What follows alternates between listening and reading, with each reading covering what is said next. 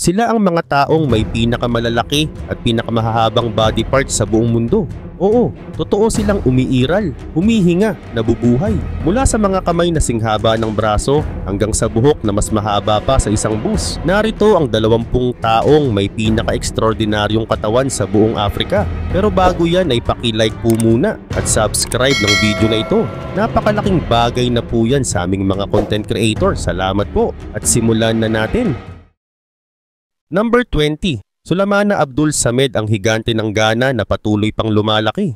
Ito ang buhay ni Sulamana Abdul Samed o mas kilala sa palayaw na O. Sa bayan ng Gambaga sa Hilagang Ghana, imposibleng hindi siya mapansin. Hindi lang kasi siya matangkad, literal siyang higante. Sa huling sukat sa kanya, umabot na siya sa 9 na talampakan at 6 na pulgada. At ang mas nakakagulat, maaaring patuloy pa siyang lumalaki hanggang ngayon. Ayon sa mga doktor, meron siyang tinatawag na pituitary gigantism, isang pambihirang kondisyon kung saan sobra ang inilalabas na growth hormone ng utak. Ibig sabihin, hindi lang ito tungkol sa taas, laban din ito para sa kaligtasan. Baliko ang kanyang gulugod, namamaga ang kanyang mga binti at araw-araw niyang tinitiis ang kirot. Sa maliit na bayan nila, halos wala ring pasilidad na kayang tugunan ng ganitong kalagayan. Sa unang pagkakataong sinubukan siyang sukatin ng mga health worker, kinapos pa sila ng tape measure. Totoo yan, tinansya na lang nila. Nang lumabas ang tunay na sukat sa ospital, pati staff ay napahinto.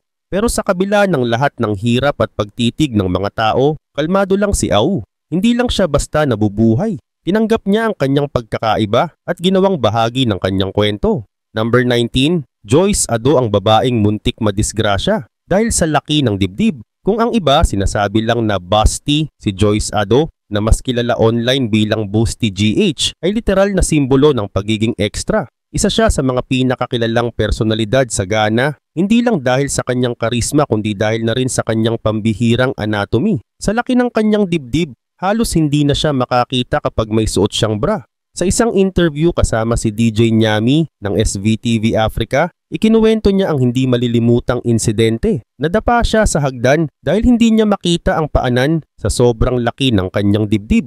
Oo, totoo. Naitakbo pa siya sa ospital at ilang linggo siyang nagpapagaling. Ayon pa sa kanya, mas malinaw pa raw ang paningin niya kapag wala siyang suot na bra. Nakakatuwa pero sa totoo lang delikado rin. Ngunit sa halip na mahiya, proud si Joyce sa katawan niya. Sa mundong pilit pinapaliit ang kababaihan, siya'y nakatayo ng buong tapang. Hindi siya nagtatago. At para sa marami, yan ang tunay na lakas. Number 18. Gabriel Miane, ang dating pinakamataas na tao sa buong mundo. Bago pa sumikat ang mga higante sa TikTok o YouTube, si Gabriel Miane ng Mozambique ay literal nang nagtataas sa lahat. Sa taas na 8 talampakan at halos 1 pulgada, hindi lang siya ang pinakamataas sa Africa. Siya rin ang dating may hawak ng Guinness World Record bilang pinakamataas na taong buhay sa buong mundo. Ipinanganak noong 1944, mabilis lumaki si Gabriel dahil sa kondisyon na tinatawag na acromegaly, kung saan sobra-sobra ang produksyon ng growth hormone sa katawan. Pagdating pa lang ng teenage years, kitang-kita na hindi ito karaniwang paglaki. Pero hindi puro papuri ang kwento ni Gabriel. Dahil sa kanyang laki, hirap siyang gumalaw, may matinding pananakit ng katawan, at kulang na kulang ang medikal na atensyon sa rural na lugar kung saan siya lumaki. Kahit ganoon, lumibot siya sa iba't ibang bansa bilang performer sa mga circus, naging kilala at nakilala ng buong mundo. Noong 1988, pinarangalan siya ng Guinness World Records. Pero matapos lang ng 2 taon, isang pagkadulas sa bahay ang naging sanhi ng kanyang pagpanaw. 46 na taong gulang siya noon, isang buhay na sobrang laki ngunit napakaiksi. Number 17. John Weru, ang lalaki na di nagputol ng kuko sa mahigit 20 taon. Ang iba pinapakita ang dedikasyon sa pamamagitan ng pagsasanay o sakripisyo. Pero si John Weru ng Kenya, sa pamamagitan ng kanyang mga kuko, higit 25 taon na niyang pinalalaki ang kanyang mga kuko na ngayon ay mas mahaba pa sa isang ruler. Mahigit 1 talampakan bawat isa. Oo, totoo. At hindi ito basta arte lang.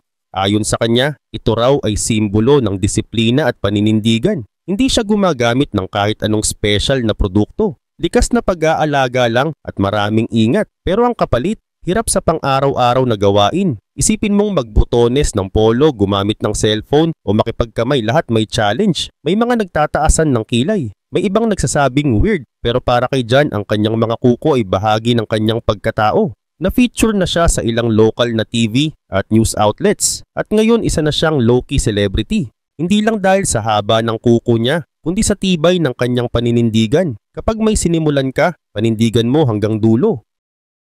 Number 16, Brahim Takiola, ang lalaki na may pinakamalalaking paa sa buong mundo. Para sa karamihan, mahirap na ang mamili ng sapatos. Pero para kay Brahim Takiola, mula Morocco, halos imposible na. Siya ang may hawak ng Guinness World Record para sa pinakamalaking paa sa buong mundo. Isang paa pa lang niya, umabot sa 13 inches ang haba, parang buong papel na band. Sa sukat na European size 58, kahit sa pinakamalaking shoe store, walang kasya sa kanya. Kaya ang solusyon, pa-custom na lang sa orthopedic experts. Pero hindi lang paa ang kakaiba kay Brahim. Sa taas niyang 8 feet 1 inch, isa rin siya sa pinakamataas na taong buhay ngayon. Gaya ng iba sa listahang ito, may kondisyon siyang tinatawag na acromegaly, na sanhi ng sobra-sobrang growth hormone sa katawan. Ipinanganak noong 1982, hindi agad napansin ang pag-iba ng katawan niya. Pero pagsapit ng teenage years, nagsimulang lumampas sa normal ang paglaki niya. Noong edad 18, mas matangkad pa siya sa mga guro at doktor na sumusukat sa kanya. Nagpa-surgery na siya para pigilan ang abnormal na paglaki. Pero ang laki ng katawan niya, lalo na ang paa, ay hindi na naibalik. Permanente na itong parte ng kanyang pagkatao.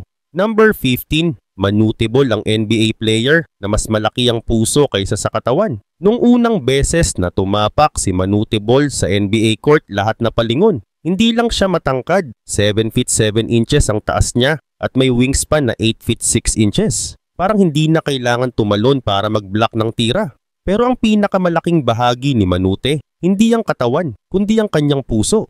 Ipinanganak noong 1962 sa Sudan, si Manute ay mula sa Dinka tribe, isang lahi na kilala sa matatayog na height. Isa siya sa pinakamahuhusay na defensive players ng kanyang panahon sa NBA. Pero pagkatapos ng basketball, doon siya mas hinangaan. Habang nilalamon ng giyera sibil ang Sudan, ginamit niya ang kanyang kita at katanyagan para tumulong. Gumastos siya ng milyon-milyong dolyar para sa mga nasalanta. Nagpatayo ng eskwelahan, ospital at tumulong sa mga refugee. Dahil dito nalugi siya. Nasira rin ang kanyang kalusugan. Sunod-sunod na komplikasyon sa katawan. Pero kahit may sakit na, hindi siya tumigil sa pagtulong. Namatay si Manute noong 2010. Pero ang kwento niya ay buhay pa rin. Hindi lang bilang player, kundi bilang tunay na bayani ng kanyang bayan. Number 14. Umbalano women, ang mga babaeng Rapunzel ng Africa.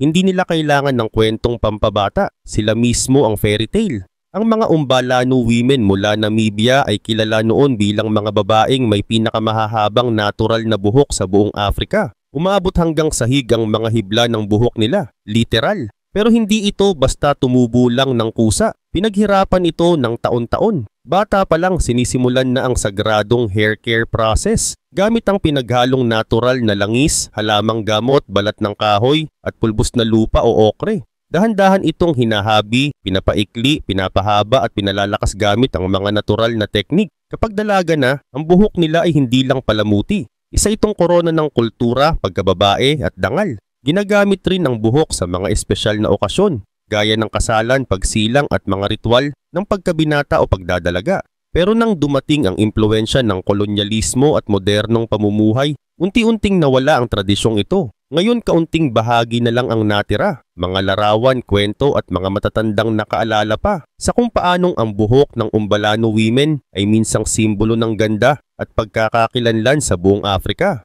Number 13, Abiodun Adegoke, ang pinakamataas na basketball prospect sa Africa. Kahit ang mga NBA player ay mukhang maliit kapag katabi si Abiodun Adegoke, kilala siya sa bansag na Big Niger at may taas na umaabot sa pagitan ng 7 feet 9 inches hanggang 7 feet 11 inches. Depende kung sinong scout ang tatanungin. Isipin mo, hindi lang siya matangkad, magaan pa ang kilos niya sa court. Malakas ang depensa, mabilis ang paa, at may wingspan na halos hindi mo na kailangan tumalon para mag-dunk. Isang viral video pa nga ang nagpakita sa kanya na nagda-dunk nang hindi tumatalon. Sobrang gulat ni Shaquille O'Neal, nag-react pa mismo sa clip. Ipinanganak sa Nigeria, lumaki si Abiodun sa isang lugar na walang sapat na training facility, tamang sapatos, o kahit access sa maayos na healthcare. Pero kahit limitado ang resources, pinatunayan niyang kaya niyang sumabay. Ngayon patuloy ang training niya para maabot ang NBA. Pero para kay Abiodun, hindi lang ito tungkol sa laro. Gusto rin niyang maging inspirasyon para sa mga batang tulad niya na nangangarap kahit limitado ang simula. Number 12, Ring Owelkan Malawach, 17 years old, 7 feet 2 inches tall, Olympic bound. Habang ang ibang teen ay abala sa TikTok at ML, si Ring Owelkan Malawach ay kinakatawan na ang South Sudan sa Olympic qualifiers. At 17 years old pa lang siya. May taas siyang 7 feet 2 inches at ayon sa mga coach patuloy pa raw siyang lumalaki. Ipinanganak sa gitna ng gulo at kahirapan sa South Sudan. Ang kabataan ni Ring ay puno ng hirap, takot at pakikipagsapalaran para lang makaligtas araw-araw.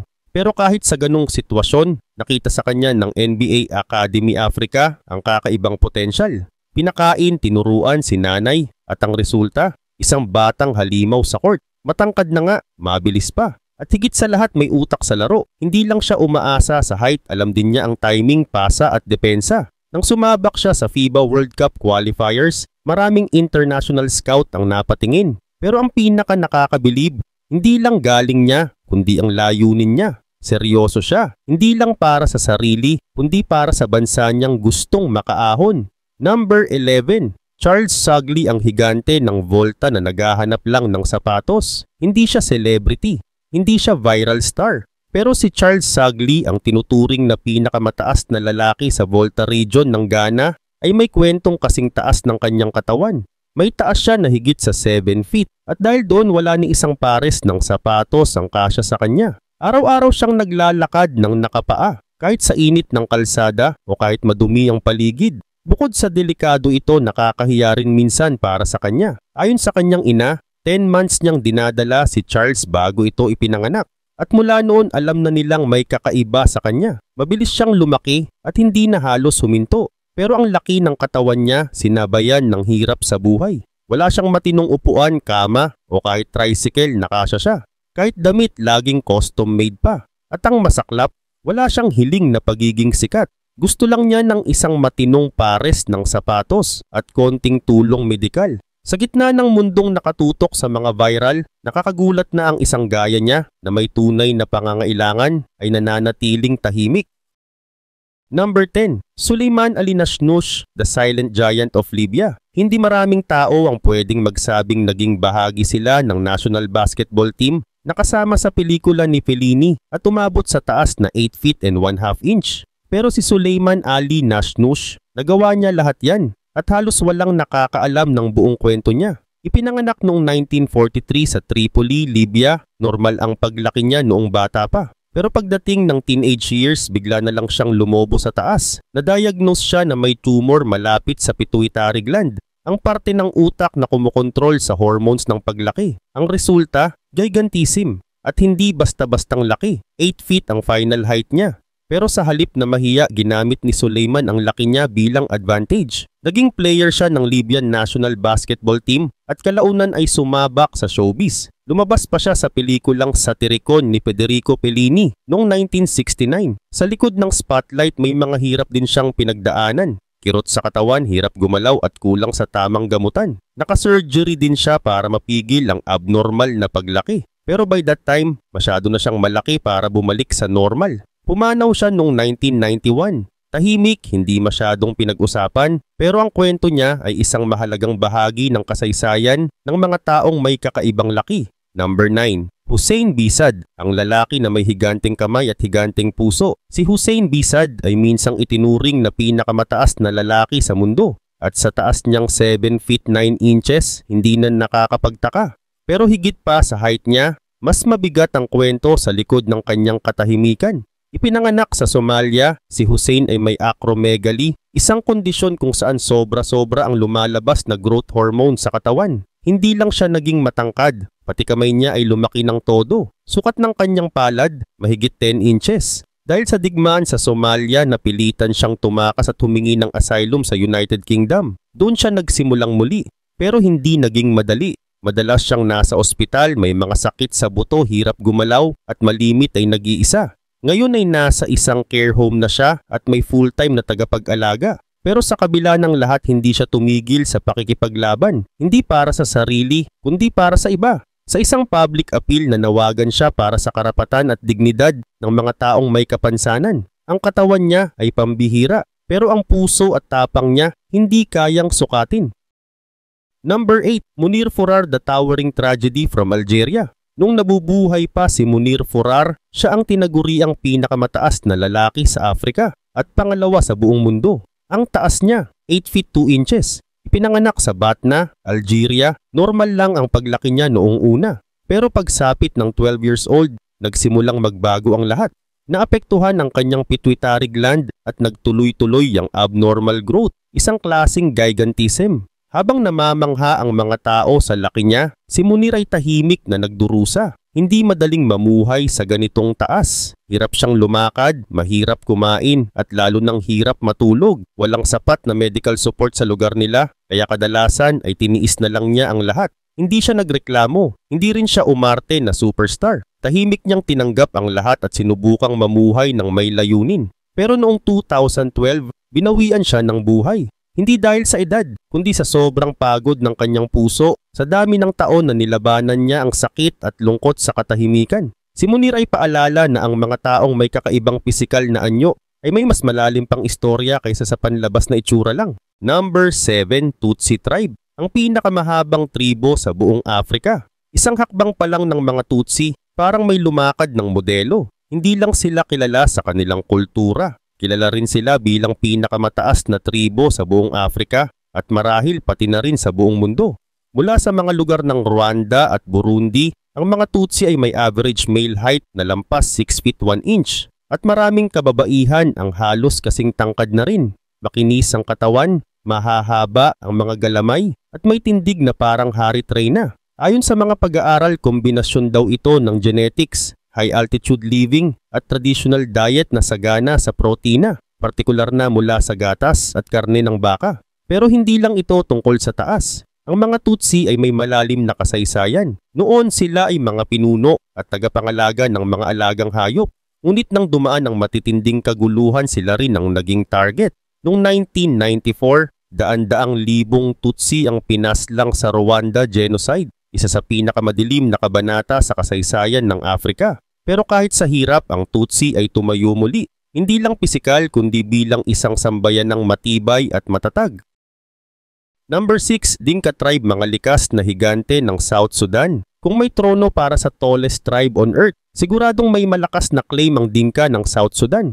Average height ng kalalakihan, umaabot sa 6 feet 4 inches. At hindi lang ito dahil sa lahi. Ayon sa mga eksperto, ito raw ay dahil sa kombinasyon ng genetics, diet na puno ng protina, lalo na mula sa gatas at karne, at aktibong lifestyle bilang mga cattle herders. Kahit wala sa gym, marami sa kanila ang may natural na six-pack abs. Mahahaba ang mga binti, diretso ang tindig at ang presence nila matindi. Parang bawat lakad may kasamang aura ng dignidad. Pero higit sa taas, ang Dinka ay may malalim na papel sa kasaysayan ng South Sudan. Sila'y mga mandirigma, leader at tagapangalaga ng espiritual na tradisyon ng kanilang lupa. At ngayong unti-unting bumabangon ang kanilang bansa mula sa dekada ng gyera, makikita mong muli ang mga kabataang Dinka sa mga refugee camp, eskwelahan at kahit sa mga Olympic arenas. Dala-dala ang pangarap at dignidad ng kanilang tribo. Number 5. Maasai Tribe, ang mandirigmang may tindig ng bayani. Kapag pinag-usapan ng kultura, katapangan at kataasan, nandyan yung Maasai ng Kenya at Northern Tanzania. Average male height nila, 6 feet 3 inches. Pero ang tunay na tatak nila ay ang kanilang tindig, matikas, matapang at may kakaibang lakas ng loob. Kilalang kilala sila sa kanilang pula na shuka,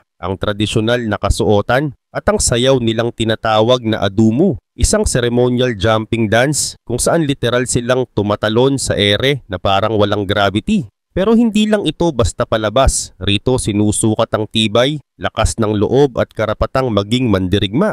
Tradisyonal silang mga cattle herders at ang pagkain nila ay gatas, karne at minsan pati sariwang dugo mula sa baka. Dahil dito lean at malalakas ang katawan nila kahit sa edad. Pero sa likod ng kanilang iconic na imahe, patuloy nilang ipinaglalaban ang kanilang lupa at identidad laban sa modernong mundo. Sa gitna ng land disputes at development pressures, nananatili silang nakatayo, literal at symbolikal, bilang bantayog ng kultura at pagkakakilanlan ng Afrika. Number 4, Afisagoro, ang taong lumampas sa lahat sa Nigeria. Sa dami ng tao sa Nigeria, isa lang ang hindi mo kailangang hanapin, si Afisagoro. Kilala siya bilang pinakamataas na lalaki sa bansa at may taas na 7 feet 4 inches. Pero ang nakakagulat, hindi siya ipinanganak na matangkad. Nung bata pa, normal lang siya. Pero pagdating ng late teens, bigla siyang lumobo sa laki. Diagnosed siya na may acromegaly, isang kondisyon kung saan sobra ang produksyon ng growth hormones. Kaya hindi lang siya tumangkad, lumaki rin ang mga kamay, paa at maging joints niya. At dahil sa sobrang laki, simpleng bagay gaya ng pagpasok sa pintuan ay struggle. Kailangang yumuko muna siya bago makapasok. Ang sapatos niya, laging custom made. Ang mga upuan at kama, hindi kasya. Masaklap pa, may chronic arthritis siya. Masakit sa kasu-kasuan halos araw-araw. Pero imbes na mahiya, ginamit niya ito bilang plataforma. Sumabak siya sa mga pelikula sa Nollywood, nagmodelo at nagkaroon pa ng sariling reality show na tinawag na I Am Agoro. Dito inamin niya na being tall isn't always a blessing. It comes with burdens people don't see. Pumanaw si Afisagoro noong 2023 pero nananatiling buhay ang kanyang kwento. Malaki sa katawan at mas malaki sa impact. Number 3, Francisco Domingo Joaquim, ang bibig na walang katulad. Hindi ito clickbait. Si Francisco Domingo Joaquim mula Angola, ang opisyal na may pinakamalawak na bibig sa buong mundo. Ayon sa Guinness World Records, paano kalawak? Ang kanyang bibig ay nabubuka ng 6.69 inches wide. Sapat para magkasya ang isang buong lata ng soft drink ng pahiga. Nadiskubre niya ang talentong ito noong teenage years. Sa umpisa, katuwaan lang sa mga kabarkada. Pero nang kumalat ang video niya na nilulunok ang mga hindi kapani-paniwalang bagay gamit ang bibig, bigla na lang siyang naging internet sensation. Naimbitahan siya sa mga international talent shows at sumali sa Guinness World Records noong 2010. At siya nga ang nanalo. Pero ang tanong ng marami, fake ba ito? Surgery ba ito? Hindi. Ayon sa mga doktor na sumuri sa kanya, natural ang lahat. Ang elasticity ng kanyang bibig, jaw muscles at skin ay lampas sa karaniwan. Walang operasyon, walang pandaya. Ngayon si Francisco ay nananatiling simpleng tao. Hindi niya masyadong pinagyayabang ang talento niya. Pero kapag kailangan, handa siyang ipakita ang bibig na literal na world class. Number 2, Asha Zulu Mandela ang babaeng. May buhok na higit pa sa bus, hindi siya reyna. Pero may corona siya at ito'y gawa sa sarili niyang buhok. Si Asha Zulu Mandela na ipinanganak sa Trinidad and Tobago at ngayon ay naninirahan sa US ay kilala bilang babaeng may pinakamahabang dreadlock sa buong mundo. Haba ng buhok niya, mahigit 110 feet. Oo, mas mahaba pa sa isang city bus. Nagsimula siya magpalak ng buhok mahigit 40 years ago bilang bahagi ng personal na transformation. Para sa kanya, hindi ito uso. Isa itong spiritual journey. Sa bawat hibla ng kanyang buhok, naroon daw ang kanyang lakas, identidad at healing energy. Pero hindi ito madali. Kapag basa ang buhok niya, tumitimbang ito ng higit 25 pounds. Ayon sa mga doktor, pwedeng makaapekto ito sa spine niya. Pero kahit may babala, tumanggi siyang ipagupit ito. Ang sabi niya, "My hair is part of who I am. Cutting it would be like cutting off my spirit." At sa dami ng pinagdaanan niya, mula sa diskriminasyon hanggang sa mga taong nagsasabing extreme siya, nanatili siyang matatag. Ang kanyang buhok ay hindi lang palamuti. Isa itong buhay na simbolo ng kung sino siya at kung saan siya nanggaling.